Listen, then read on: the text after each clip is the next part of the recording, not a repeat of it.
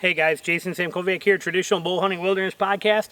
Another hot one today, so I'm kind of sweaty out here, and I just made a couple other videos. But today we're going to talk about my nock point and why I run it the way I do. I talked about this in a video I just did a little while ago that was the important information about your arrows for a traditional bow hunter. And some of the things that I just rambled on in there led to things that are, like I said, stuff that you guys are wanting to hear about. So I thought I'd take a minute and get into some deeper detail on that nock point and why I do that, because it's different than you see a lot of people doing today. First of all, we will notice that I use a brass nock on there, okay? That is a brass nock that I have on there. But what you can't see, maybe you can, is that I put a lot of effort and detail into that nock. I'm trying to make it your focus as I spin that, so that you can see... what I do here is I actually, and I have another one in my pocket, maybe that'll be easier to see, because I actually grabbed one to show you. Maybe that'll make it a little better, because again, it's hard to see the detail on a nock in a video here. So if you look at this, what I have here on this little nock, see if I can get that out of there, but I have on there, I ground off, I'm going to try and get you into focus, I actually grind with a file, or I actually use my belt sander, but anyway, I take the sharp edges off of that, all right? That's what I'm doing. I take the sharp corners and that sharp front lip off, and I clean it up, make it very easy. So when I put them on, I'm not getting any glove wear. A lot of people say that brass nocks will give you glove wear, and will actually wear that glove out, or your tab, and you're right, they can. Now look at my tab here. I've been using this tab since last year. I started using this one last year, so when I shoot with, look at how little bit of wear is actually on that from my, you can see it right there on the finger, from that brass thing. Now that's after thousands and thousands and thousands of arrows. It's not in too bad a shape, and that is because of the fact that with that brass nock, I clean that off. So I make it nice and keep it clean on there, and I don't have any issues. So it's been pretty good. I go through a tab about every 3 years is when I go through an actual tab, shooting tab, from wear from that. And it's not very often, like I said, with me cleaning that. Now, before, when I would just put a brass nock on and clamp it down, I would go through a tab about every probably 8 months to a year, because it would start to wear through there. By taking that, and you can even do it when it's on. You can take that with you, put it on, and you set that on there, and you get that nock point set, and then take a file and just run a file across there, and lightly, don't hit your string, but catch those and take those corners off and smooth that out, and it will be a tremendous saver. Now you can use tie-on nocks. A lot of people love the tie-on nocks, and there's nothing wrong with that. As a matter of fact, everybody I know, they shoot with a tie-on nock. I am one of the very few that still uses a brass nock. For me, it's easy and it's lazy. I put it on, snap it down. I know that they like the tie-on nocks because they can adjust them and twist them up the string. That's something I don't want to have happen. When I put a nock on, I want it to stay there. So for me, I like the brass nocks. It is personal preference whether you go tie-on or brass. But if you're doing brass, like I just said, that's a tip for you to take care of those edges. It will make your glove or your tab last longer, okay? That is an advantage to a tie-on nock. It will not wreck your gloves or tabs. So that is a very good thing for those. But again, for me, it's lazy, and I do like the fact that once they're on, they stay on. People say, oh, well, it could fly off. In 25 years, I've never had a nock fly off the string ever. It's never happened. I don't know anybody personally in history that's ever happened to. I've never seen it. I have no worries about it whatsoever. And if it did, shooting as much as I do, if it popped off while I was on that hunt, it was not hard for me to figure out what angle that arrow is supposed to be on that string. I don't need that nock point there to show me what this should look like. I can get that and eyeball that close enough and shoot without it for that one hunt if I had to, till I get back to camp and put another nock on it. So, but again, in history, I've never heard of anybody ever losing one of these. Same with a tie-on nock. Never heard of a problem with that. Now, I've heard of people not tying them right, having them loosen up, but so many videos today will teach you how to tie that right. You're going to be fine. So that is completely up to you. Other thing you're going to notice is I am running just one nock point, not two nock points.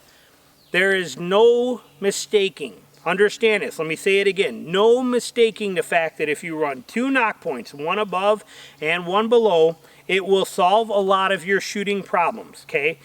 That other nock point being down here is going to be a huge factor for you. That is going to make life a lot better, because then when you draw this and you put your fingers on the string, you're not pulling it down.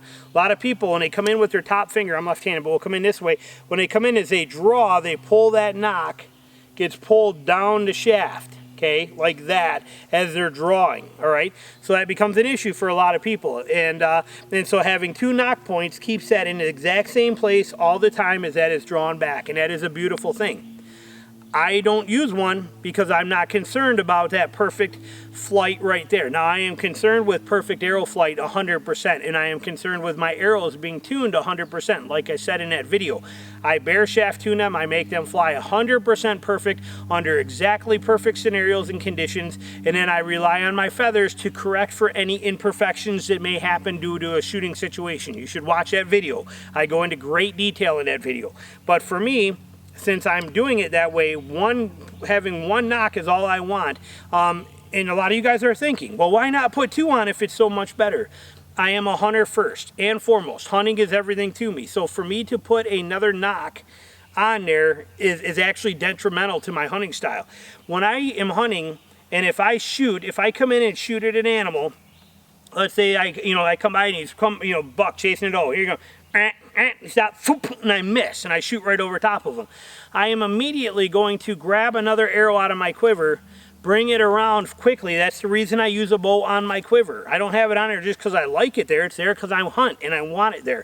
But I grab another arrow, and that arrow comes on the string, and then that arrow is ready to shoot again and be set and ready to go. And in order to do that, I need that speed. Having another knock point on there changes that. So without it, I shoot, that animal comes in, I shoot, boom, boom, and I miss, and I grab another arrow real quick just like this, get that set, get it on the string, and I'm ready to go. Just that fast. I don't even have to look at it, okay? I use indexing nocks. They have a little tab on there. Many people don't know what that's for, but you can see this little bitty tab right here on the end, on the side of that knock that's not on the other side. That you feel with your finger or your thumb, and so I know that that is pointing cock feather up. See, that tab lines up with that feather. So when I take this arrow and I pull it out of my quiver and I slap it on my string, I can feel where that nub is. So a lot of times, if you watch me when I'm shooting my groups and practicing, I pull an arrow out of my pocket, I lay it on my shelf, and you see me do this. See it spinning? You'll see me spinning that. That spinning it define that index mark with my thumb. So I know that this way here is up. See, I can spin it a bunch of times, doesn't matter, but then when I grab that with my hand, I know that's up because that has the index mark right there. So for me, that's important. So, and then also if I have 2 knock points, I have to take the time. It's harder to find where that is, to get in between those 2 knocks exactly. You may end up on above the knocks if you try to do it fast, or you may be below the last knock when you should be between them, but trying to get in between them, it's not, there's people that can do it. I shoot with people that like 2 knocks and they're pretty quick at doing it, but it is a major practice thing that you have to do to be able to pull that off, where I can quickly pull that arrow out, set it on there like that real quick, index that, and I'm done. I don't have to look. Okay, I don't have to mess with it. All I have to do is hit this serving with my arrow anywhere I want. I always come in below the knock. Once it's there, it automatically goes directly to that knock. Okay, I have it designed that way. I build my strings that way automatically so that wherever I hit that on there, it's going to end up there. So when I come in, all I have to do is index this, feel that index with my thumb, hit that knock somewhere, or that string somewhere with it, and then as I'm getting ready to reposition my hand to get on the string, when I let go, it goes there. And then when I hook my tab on it, I'm ready. So for me, the speed of being able to take that arrow, put it on there like that, hit that, and be done, I'm set. I don't have to mess around. I didn't even have to look at it.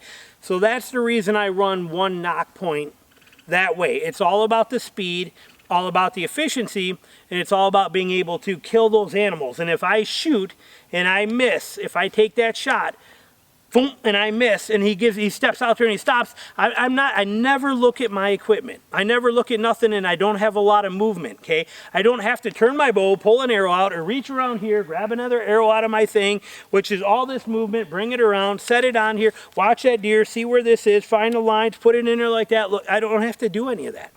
All I have to do is boom, shoot, miss, grab an arrow, set it on here like that, find that indexer, which I just did, hit that string, tab on, ready to run that deer. So it gives me that flexibility. So that is the reason that I run that knock setup the way I do with a single point.